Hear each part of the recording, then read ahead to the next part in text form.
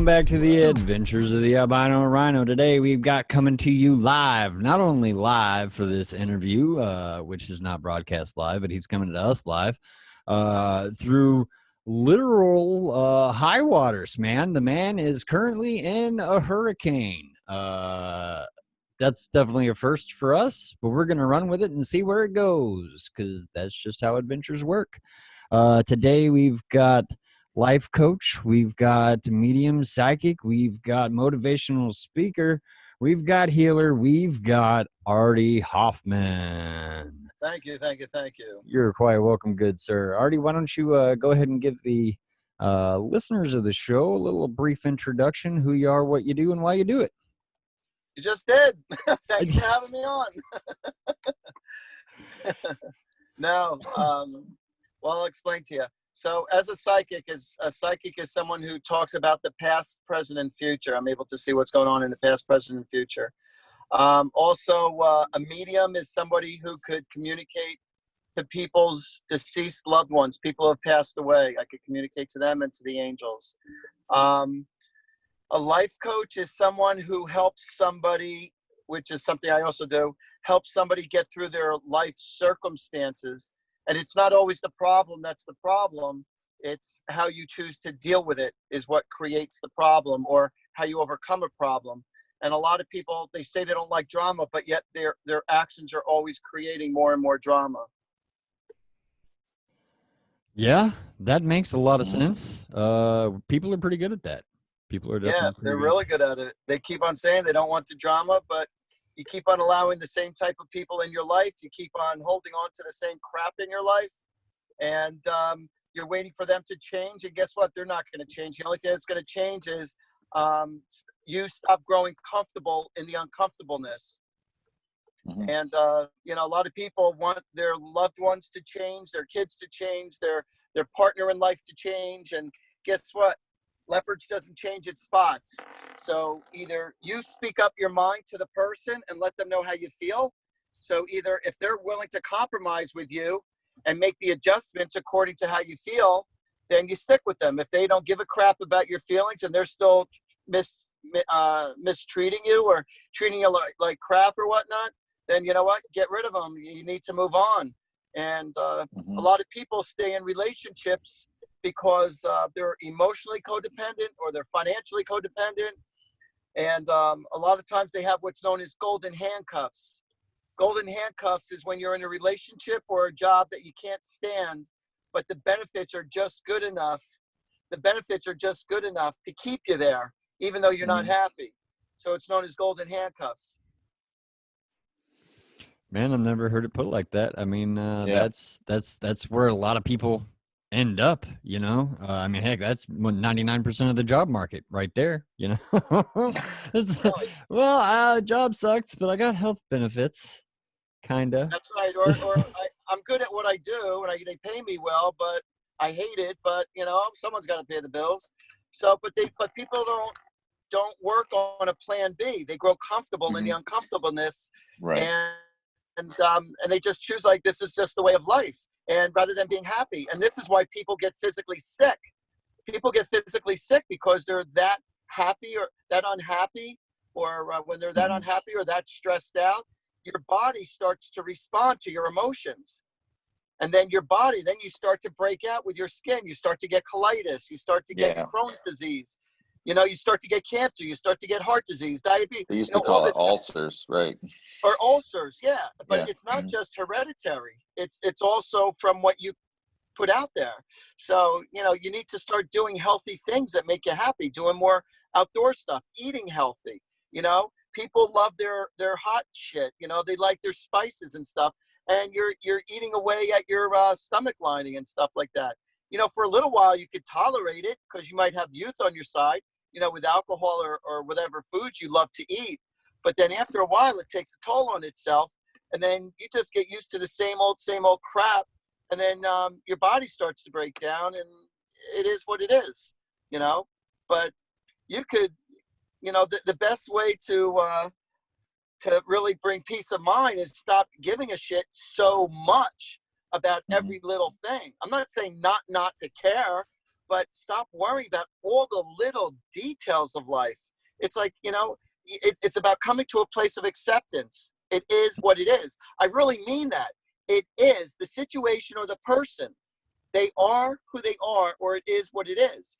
They're not going to change. You could try to make little adjustments to improve matters, but if it's not good enough for you, then you need to change. You need to go out of there. If you're not happy, don't beat up the other person, and don't let the other person beat you up.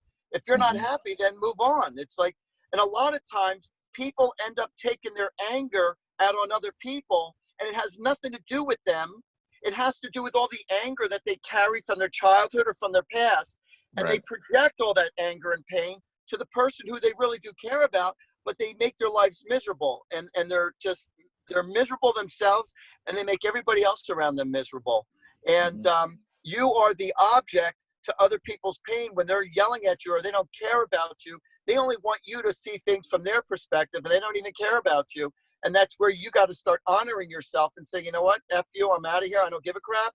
And you know what, I'd rather be by myself. So many people are afraid to be alone, but I'd rather be by myself and come home to peace of mind than to come home like walking on eggshells, or what kind of a fight am I going to deal with now? Or what kind of bull crap am I going to deal with now? Or what kind of bipolar situation am I going to deal with now? I don't want to deal with it. I don't have to. So it's either you go for help, we go for help. And if you're not willing to do it, then you know what? Screw you. I'm out of here. And I'd rather be with somebody. People will respect you and love you as much as you respect and love yourself. So if you have no boundaries for yourself, people are going to treat you the same way you allow it to happen. Yep. Yeah. Like people are going to treat you as bad as you are willing to take it, Yeah. As well as you're willing to treat yourself. See, it's like walking into a home. If you walk into a home, if you open the door and you see a home that's very well lived in, you're not going to ask, do I have to take off my shoes? It's just like, it's a matter of fact.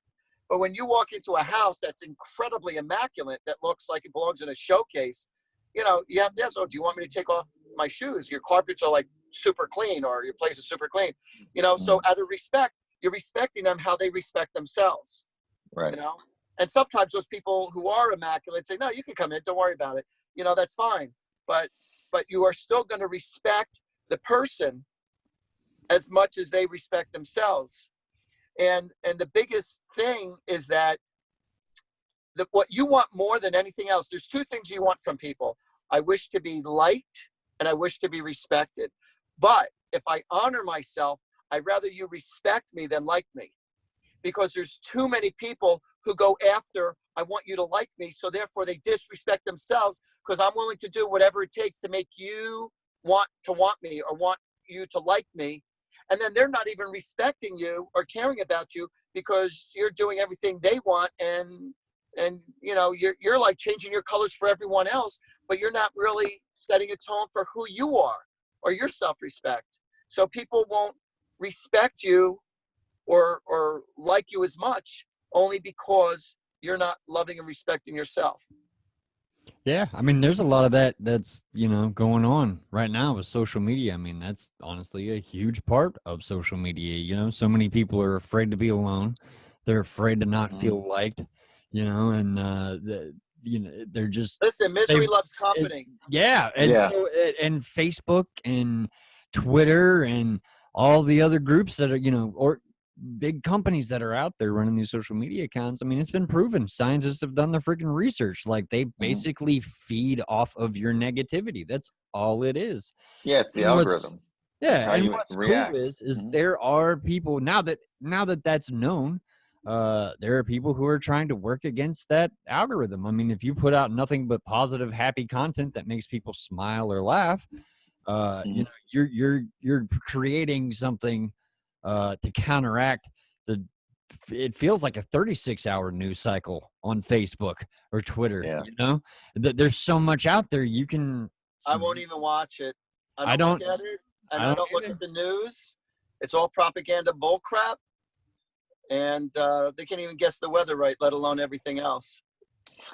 Right. If I lied as much as the weatherman, I would have no friends, no job, no life, no nothing. I'd be homeless on the street.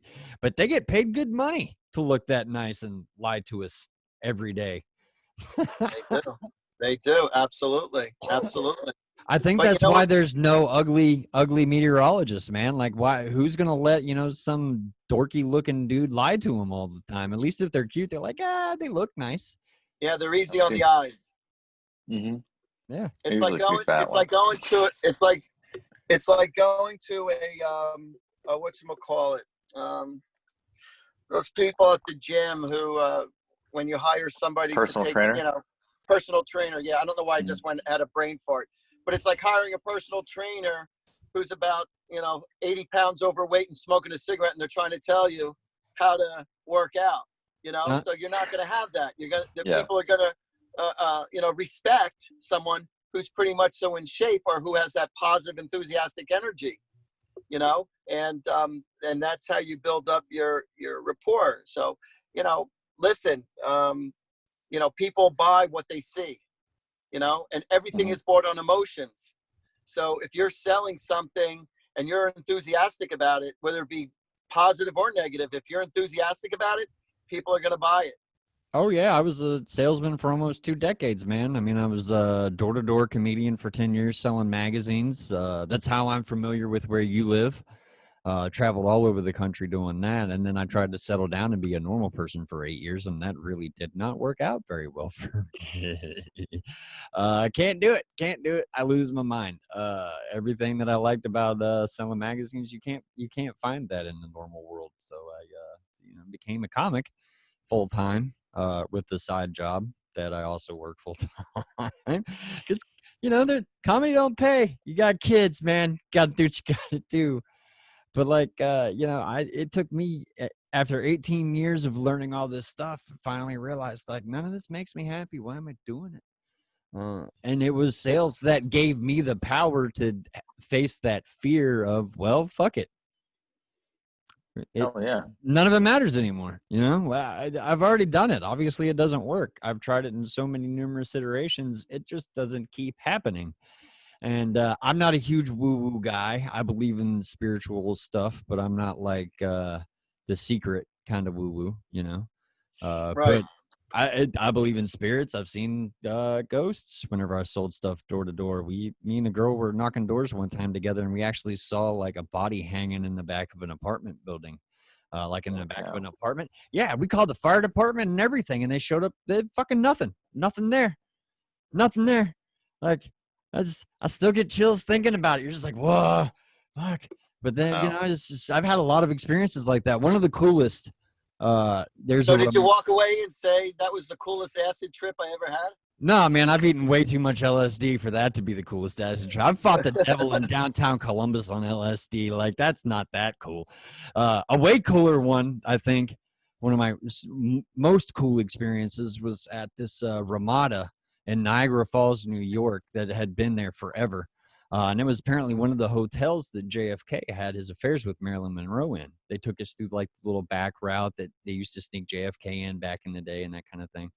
But there was one room that they no longer rented out anymore because this Japanese fella had hung himself in it.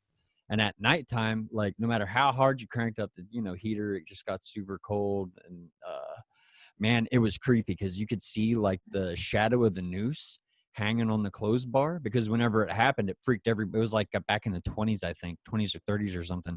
Everybody was so freaked out by the experience, like they just shut the door and didn't mess with it for so long, and then they came back in, and everybody's like, "It's haunted." And we tried to talk them into letting us spend the night in the room. They wouldn't let us do it. That'd have been awesome. Probably scary as shit, but man, that'd have been awesome because you sitting in this room and it just feels like just sad and cold and the noose, and it's God. I love to get the shit scared out of me so much. Adrenaline junkie.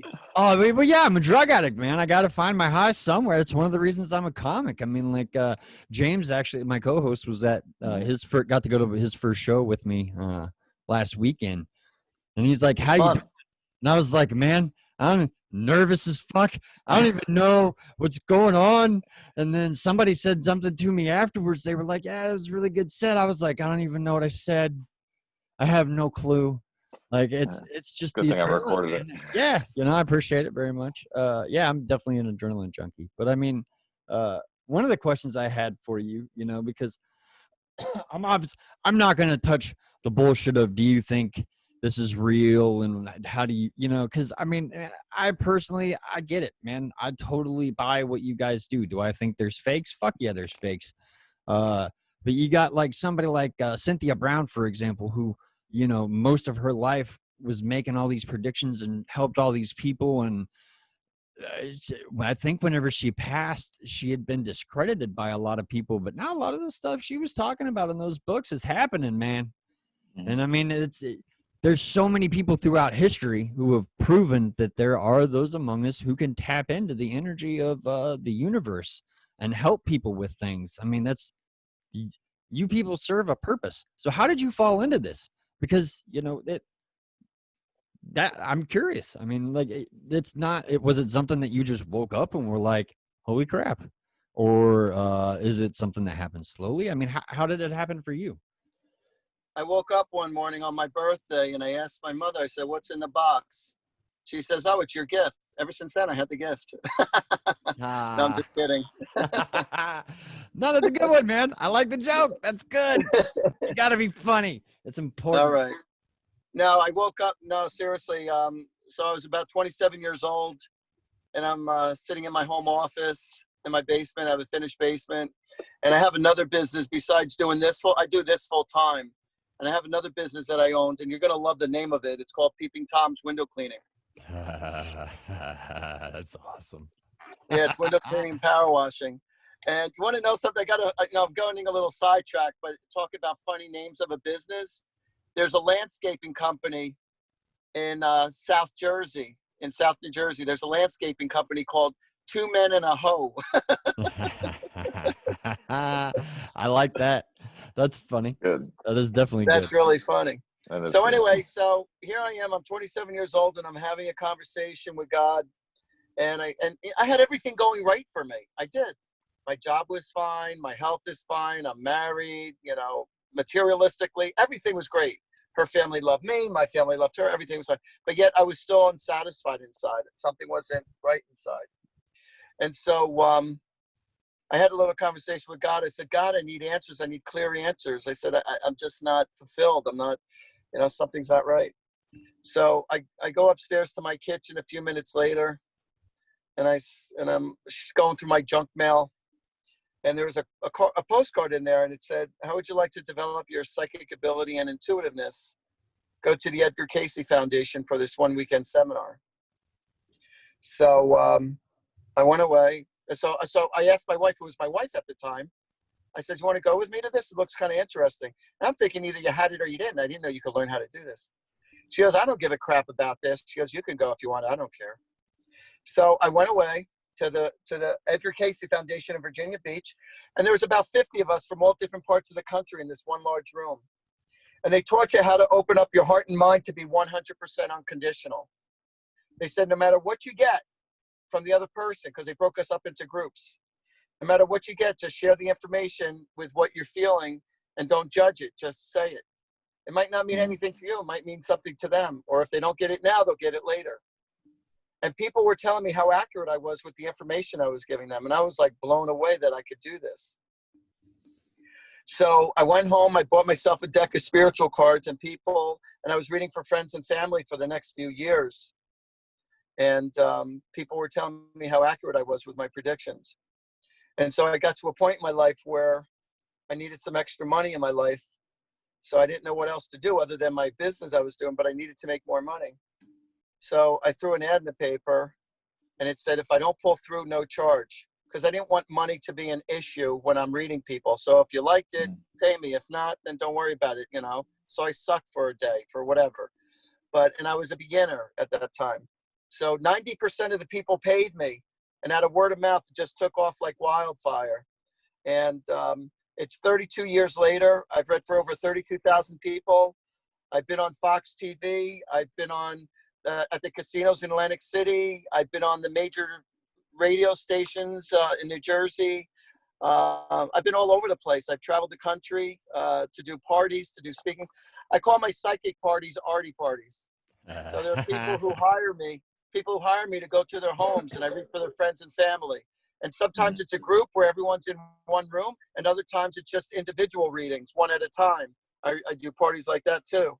So, but yeah, so I make it my business to make a lot of people happy, and to give them answers, and to connect to their loved ones who passed away, and to give them closure and happiness, and to tell people about their past, their present, their future, their love life, their medical life, their legal problems, their kids' life, their friends' life, whatever.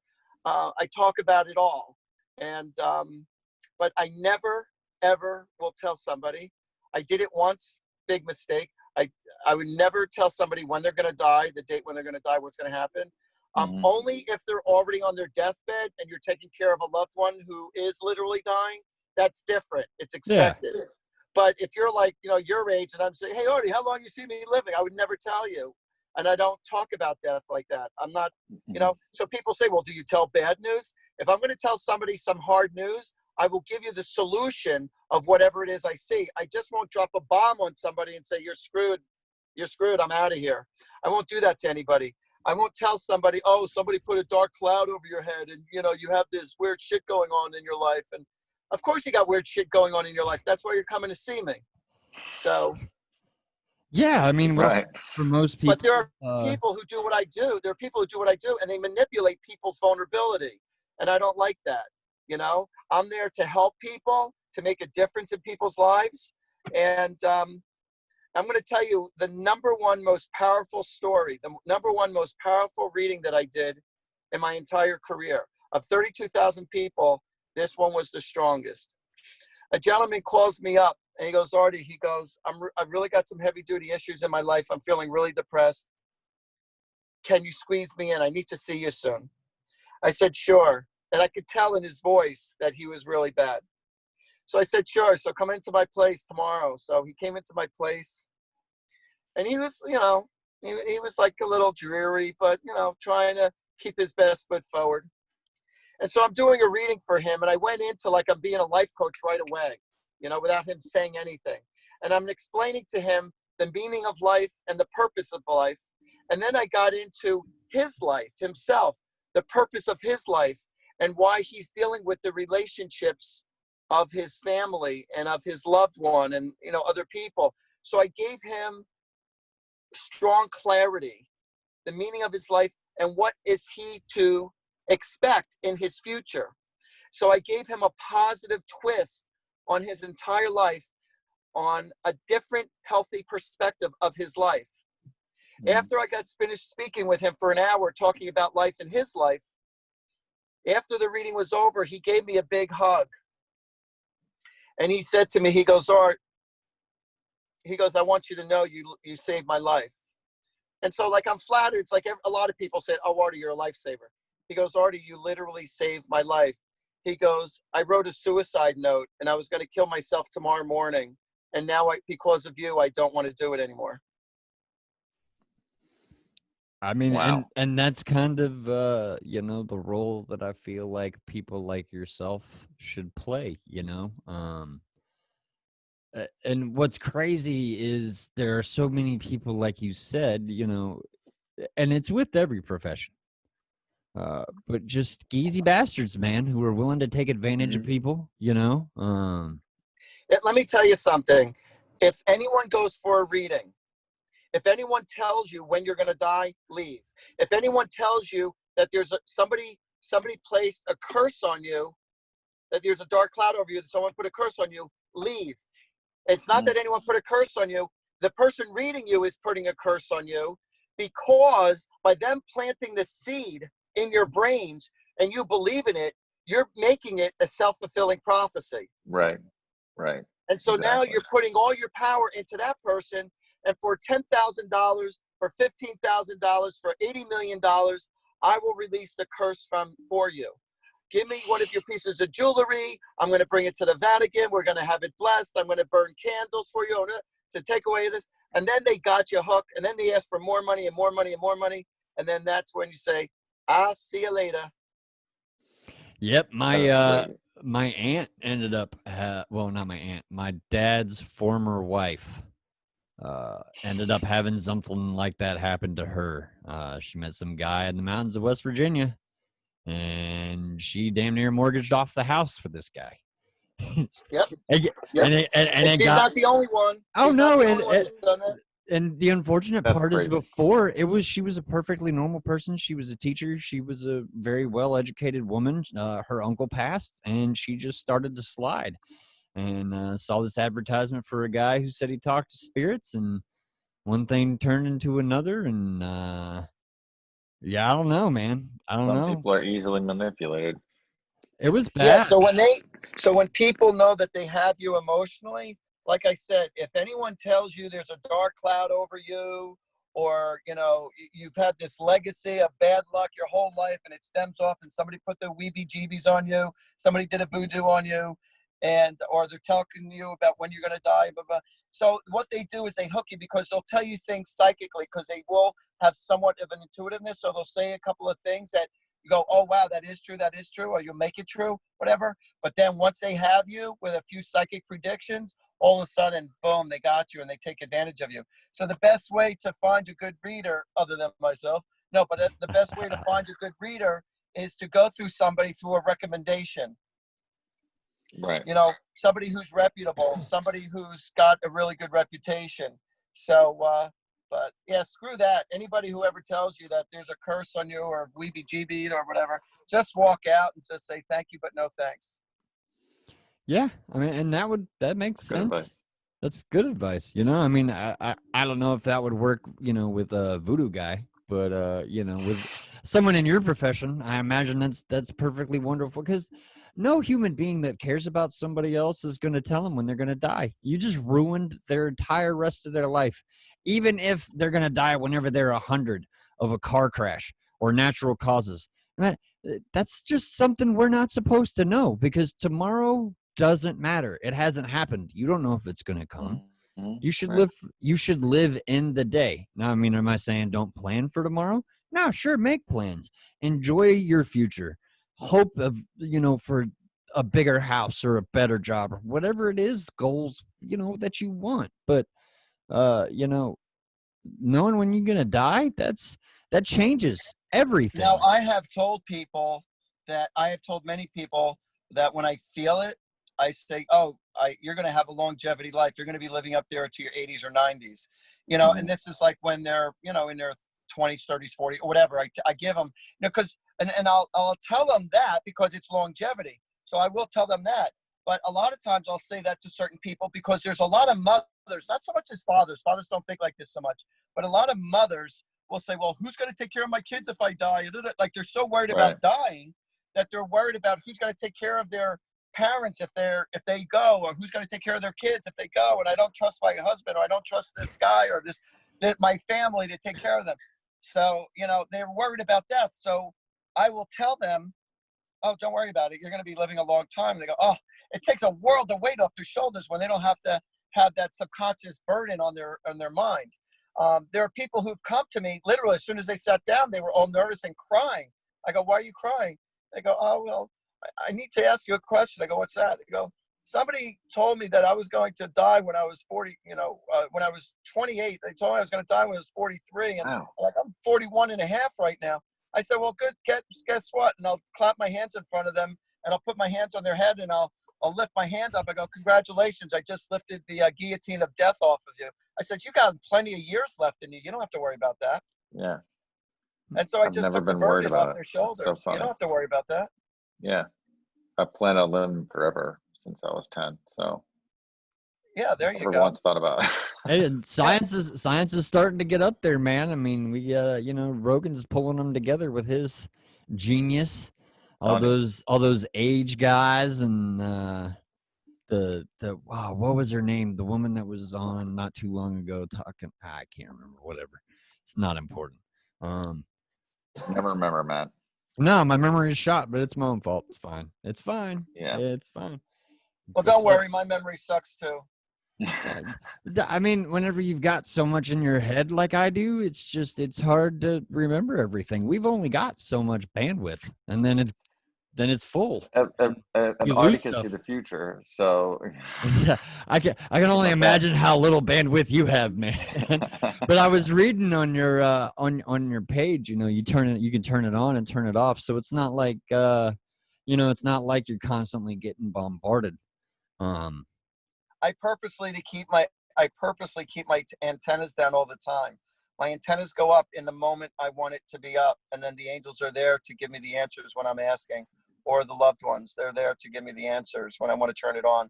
But when I'm out in public, I don't want to know anybody else's crap. When I'm out in the mall or at the restaurants, or I'm just like everybody else.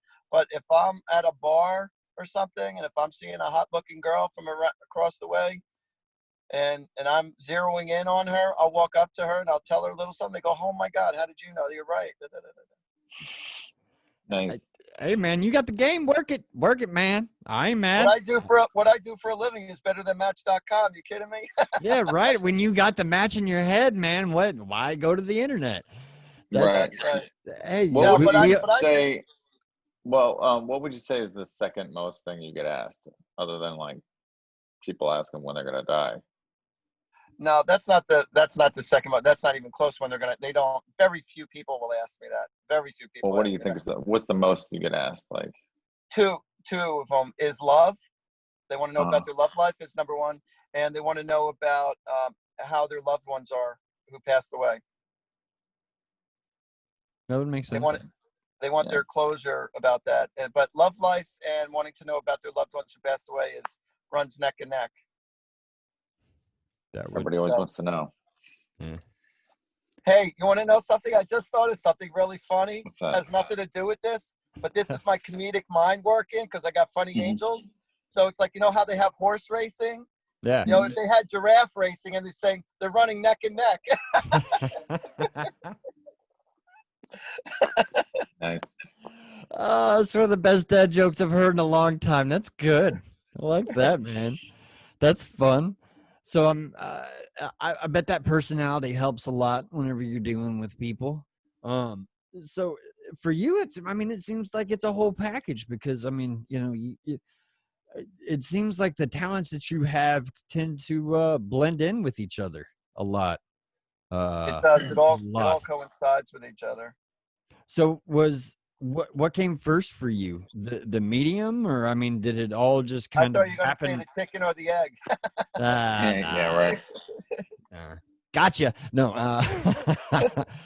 that's what I was thinking in my head. No,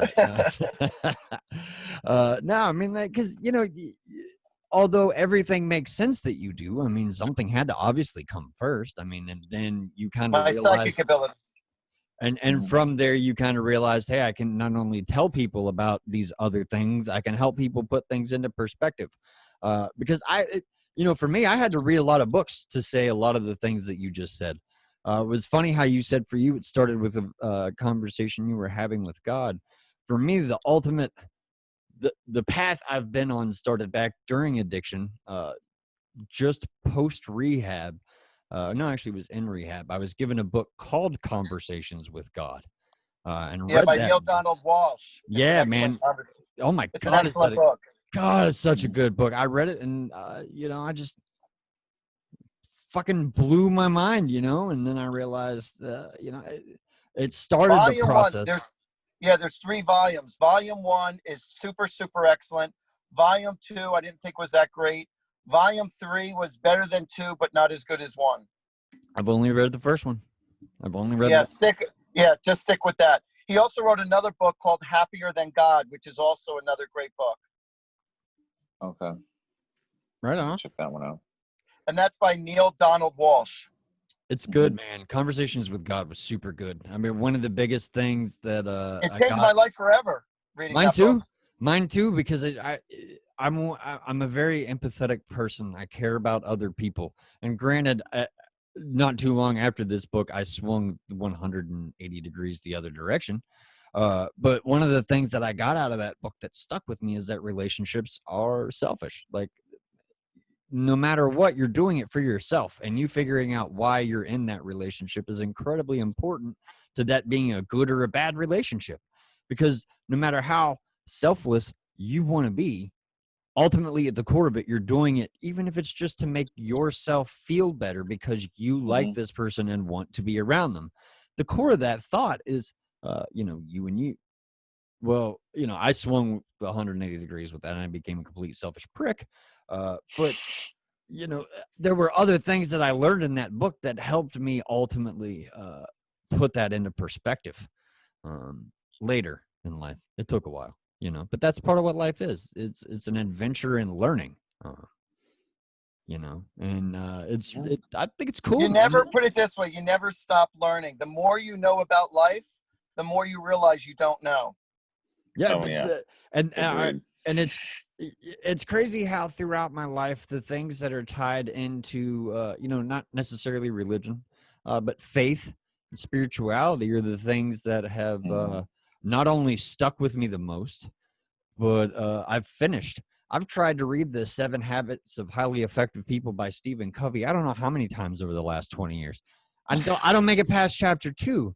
It just doesn't help. But there's a book by a guy named Og Mandino. It's actually 2 of them, called The Greatest Salesman in the World, Part 1 and 2. I don't know how many times I've read those books. I've given more copies away of that book than I think I've read of other books. Some of them have been stolen, and I just let them steal it because fuck it, they needed it more than me at that point. But I mean, the principles that were taught in that book, I've beaten into my head because it's a good way to live, and it's all based off of the Bible. Whether you believe in the Bible or not, I mean, it's a great set of morals to base your stuff off. Right. That's what it is. It's all about morals. That's what the Bible is about. It's not about just preaching a bunch of bull crap, but it's about morals. That's what it comes down to.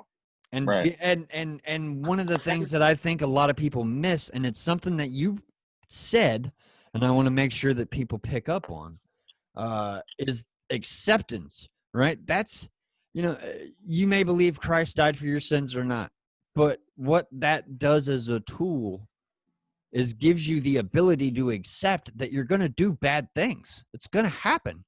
You're going to cuss somebody out whenever you're having a bad day at a red light because they pissed you off. There are going to be things that you're going to do that aren't cool. You need to accept that that's going to happen and try and control what you do. And when it happens, own it and do what you need to do to fix it. Obviously I'm not saying it's okay if you go out and you kill somebody, but you're going to have a bad day. You're going to be angry at people. There are things that are going to happen that you need to be able to accept that are just a part of the process. You're a spiritual being having a human experience. Yeah, exactly. Yeah. And one of the cool things I thought about, The Greatest Salesman in the World is it's centered around a young man who wants to get married to a wealthy merchant's daughter. The wealthy merchant, sees something in this kid. He's not sure what, but he decides to give this, basically slave kid who's always taking care of his horses a chance. And he gives him this beautiful robe and tells him to go to Bethlehem, the poorest place, and sell it. And when he sells it, he can come back and he'll have a permanent job. And, this kid is trying to sell this robe to all these poor people who don't want it. And it's the most expensive thing that this merchant has. And one night, he sees the star in the sky, and he just so happens to be one of the people sleeping in the manger, and sees that this child is going to be cold that was just born. And he gives it to the people and leaves, heads back to the caravan. And that's what he was really supposed to do. Right. Well, that kid was Jesus, and the robe that he gives him was a swaddling cloth. And it's all tied in to this whole process that, sometimes you're going to do things that you don't understand, but it's to better you. And you should just accept that. It's such a beautiful fucking book, man. Such a beautiful book. It blew my mind. It's one of those things that's touched me. And anytime I start going through something that's bad, I pick that book back up. I've got it right here. I don't even sell things anymore. And this is at least the 30th. Take that back. I sell myself as a comedian. Man, that book's helped so much. And it seems to me from digging into you a little bit, Artie, that's what you do, man. And I think it's beautiful, that you do. I was slightly skeptical. Everybody's got their litmus test with people. And mine was, what's your boundary? Where do you stop? And I feel like, based off what you said, man, you pick the spot where you got to stop. You can't, put yourself in a position to manipulate people in the first place. Now, if you're doing it with the purpose of manipulating people, no, you got to, you could, lead them to a beautiful buffet, and you could explain the quality of the buffet, and it's their choice for them to take it. You're explaining the benefits, and it's up to them to choose it to their own liking without you manipulating them, because then there's something not right with it. Now, however, I'll tell you a cute, funny story where when I started my cleaning business many years ago, there was this one gentleman called Simon Benito. He was one of the vice presidents of Merck, which is a major pharmaceutical company. I'm familiar. My aunt worked with him for a really long time. Yeah. So anyway, he was an awesome gentleman, and I used to clean his place once a week or once every other week. And he sounded, looked, and acted a little bit like Elton John, accent and all, with that British accent and all. Yeah. So he said to me, he says, Artie, because he was giving me friendly business advice. He goes, if you're ever going to sell your product or services, you need to sell yourself first. Because if you're selling yourself, then people will buy whatever it is you're selling because they like you. So I went home and I told my wife what he said, who was my wife at the time. I told my wife what he just said. And I said, honey, I made so much money selling myself, I never got to the product. Exactly. Yeah. I mean, hey, man, it's something we preached for years. You're not selling a product. You're selling. We sold overpriced magazines for a profit. Nobody wanted that shit. Nobody gave a crap about that stuff. Who wants a fucking magazine? Especially when you can go take a card out of one at Walmart, get it for 50 cents. Why are you going to give me $55 for 2 years worth of Maxim? It's because I made you enjoy 10 minutes of your day. It was fun. A lot of people, to kind of the way I explain that point to people that you just made is, New England, right? Everybody thinks you guys up in New England are complete fucking pricks. The first door I knocked on in New England, like New England, not Pennsylvania that thinks it's New England, was in Amherst, New York. This guy was like, what the fuck do you want? So I just said, I'm selling fucking magazines. And bam, I sold him some magazines. I didn't fucking waste his time. Your people, you guys just are much busier than a lot of the rest of the country. Don't have a lot of time to wait. It's an understanding, right? So, I understand myself.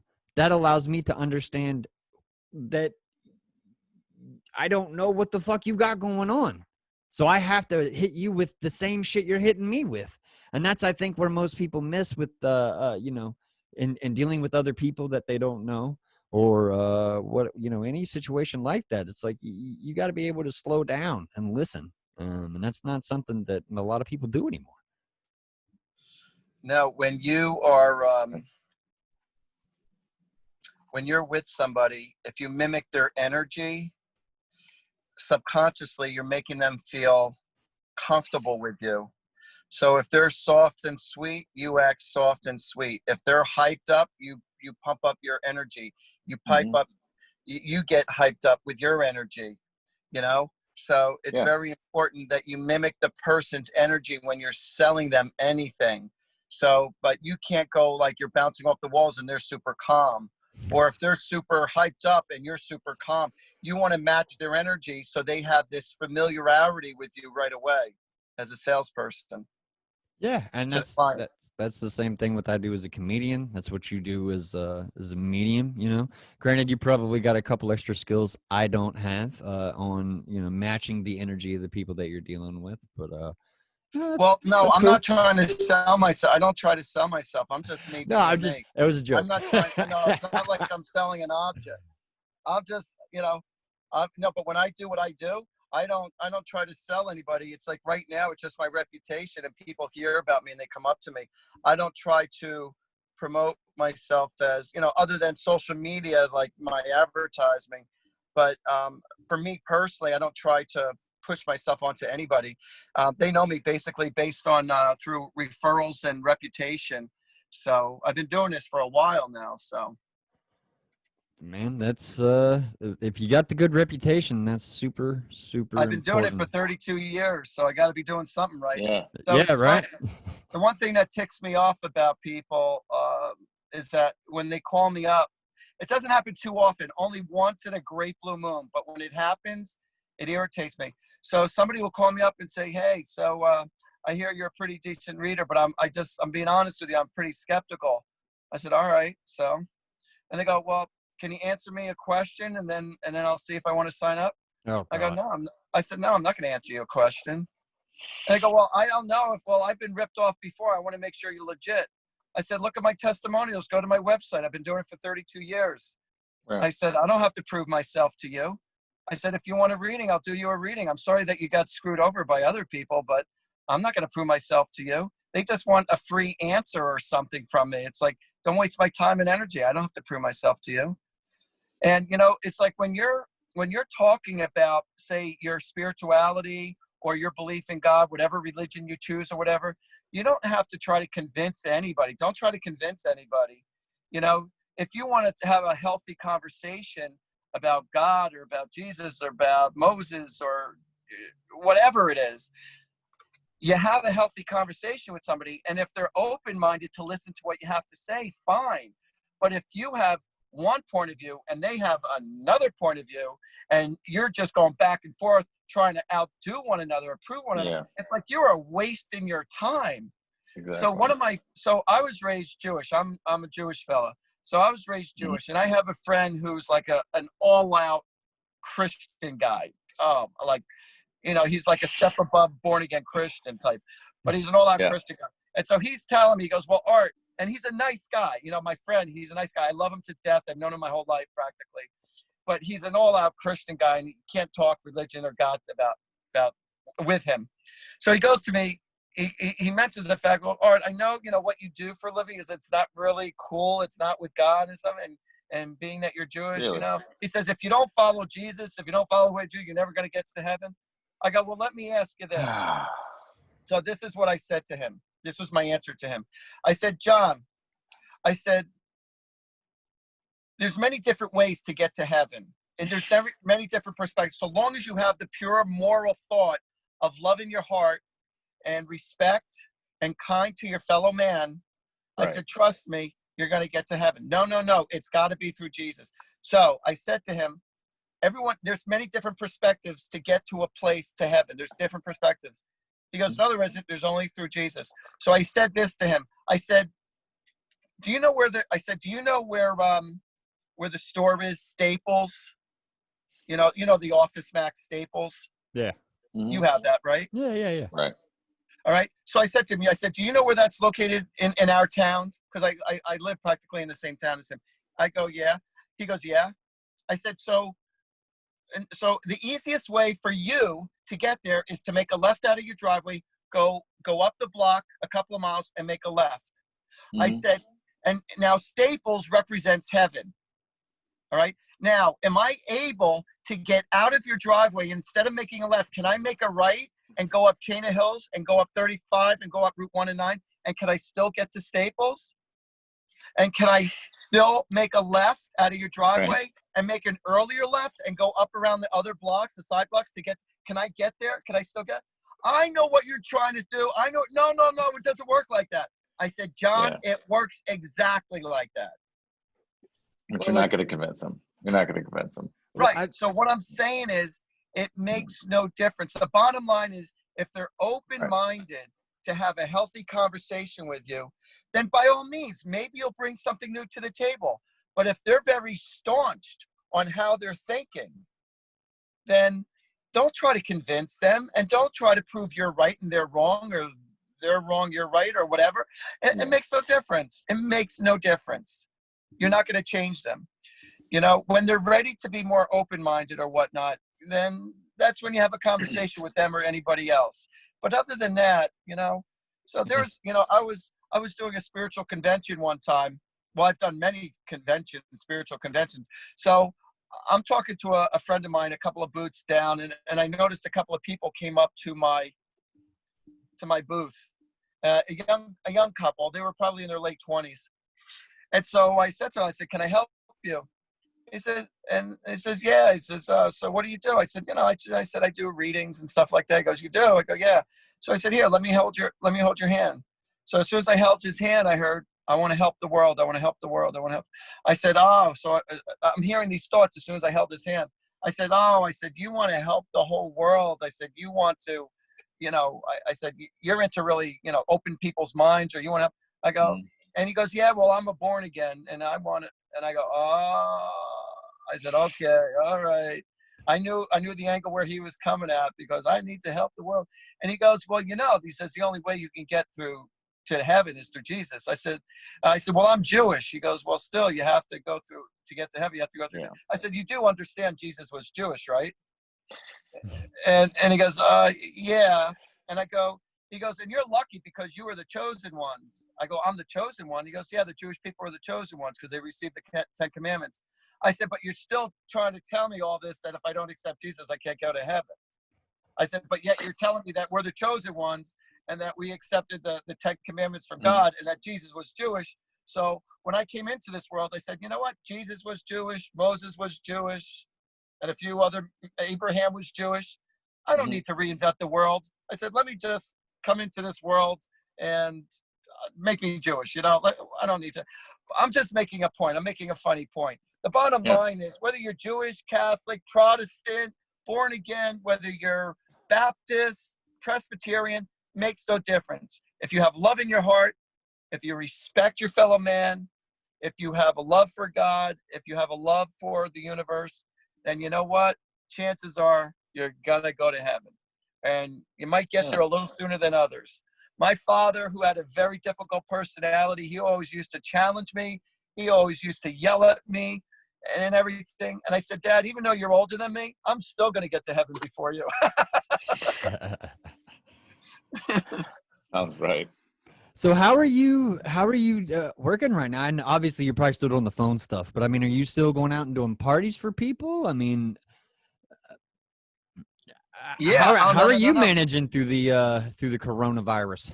Now people still hire me now to still do parties, because people are like, I personally don't, and I'm speaking for myself, I personally don't give a crap about the mask. I personally don't give a crap about social distancing. What I do is I take my vitamins every day. I keep my immune system up. I keep my body healthy. And if you are elderly, wear a mask. If you're sickly, wear a mask. If you got, people who are obese, who have problems, with that, wear a mask. If you got issues going on, wear the mask. If you feel vulnerable or whatever, wear the mask. If you're sickly or whatever, I understand that. But I don't believe everyone has to wear the mask. And I think it's bullcrap. I think it's mostly political. I just don't buy into all of it. I feel like the numbers are 100% bullcrap. And, it's not true numbers. And I know there are people dying of the COVID, but there are people dying of diabetes and cancer and heart attacks. But they connect everything, the slightest thing, too much to the COVID. And it's all political power bullshit. And I just don't buy into it. So when people come to see me in person, I say, if you want to wear the mask, wear the mask. If not, I'm not wearing a mask. But people come in without the mask. I do mostly phone readings now because of it. So there are people, well, also because of distance, So I'm just as accurate over the phone as I am in person. So I can read people over the phone. So it's not a big deal. So actually my phone readings went way up. I've been much busier with phone readings. Not too many people come in person, but I do get people who come in person. And there are, actually, I'm doing a party tomorrow. And since the last month and a half, I've been doing, quite a few parties. People, they're like, oh, I don't care. Come on in. And everybody else, they'll bring the mask because they don't know if I'm like that. And I'll say, no, you don't need the mask. I said, you're too pretty. Take off that mask. Right on. Well, hey, man, as long as you're comfortable with it, they're comfortable with it.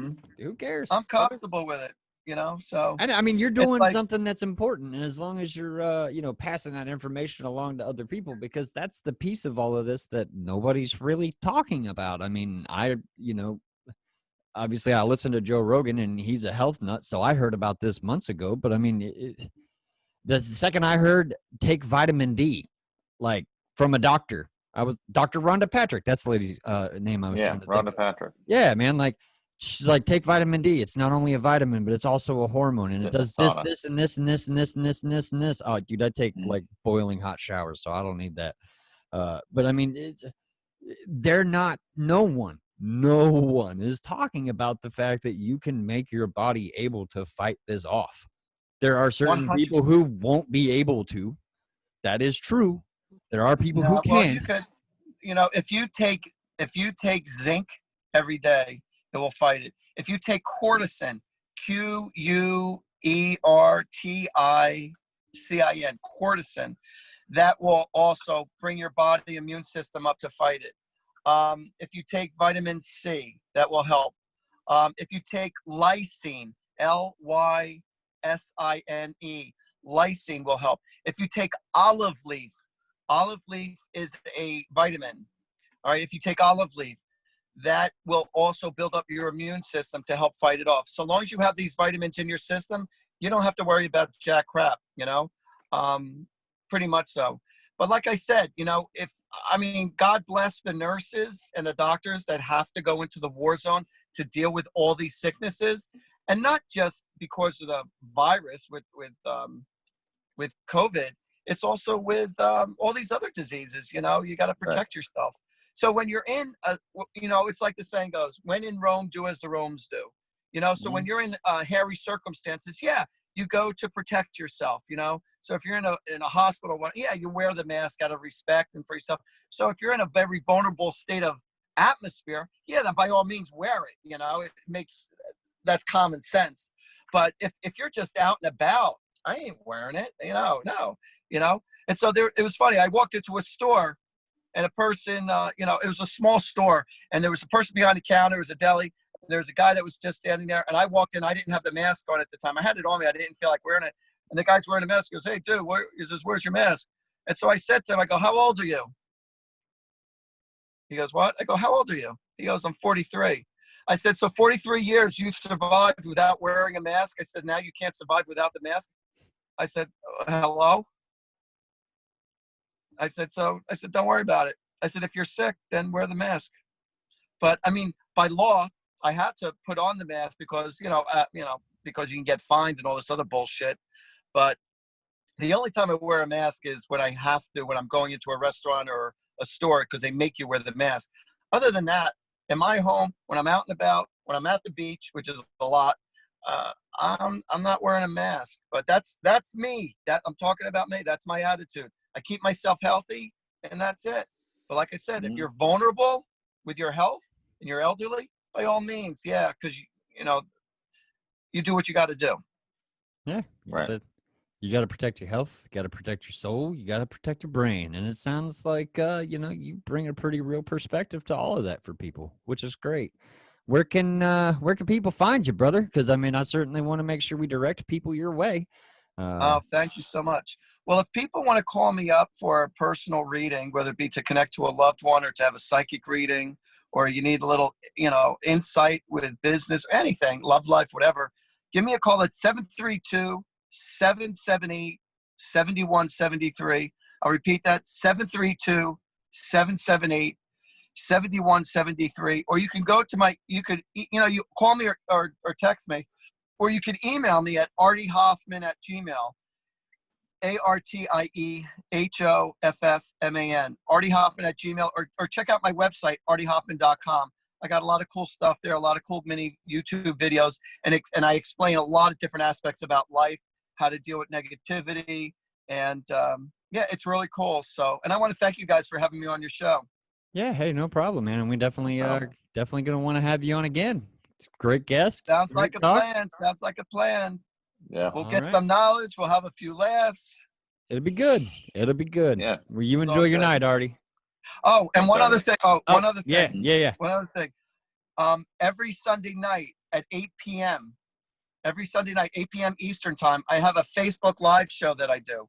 And I read people for free for 1 hour. It's called Angels and Answers. And if you go to my website, artiehoffman.com, there's a link to my Facebook Live show, Angels and Answers. And I read people from all around different parts of the country and around the world. And people type in their questions, and my assistant reads me the questions, and I look in the camera, and I just answer people one after another after another. and I do joke around a lot, and I do talk about life. So it's a really cool show.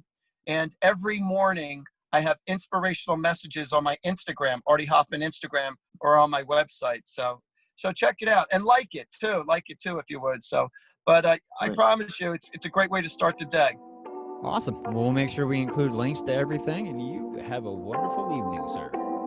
You too, guys. I thank you. Have a great weekend. Have a good weekend. Thanks, Artie. Bye-bye.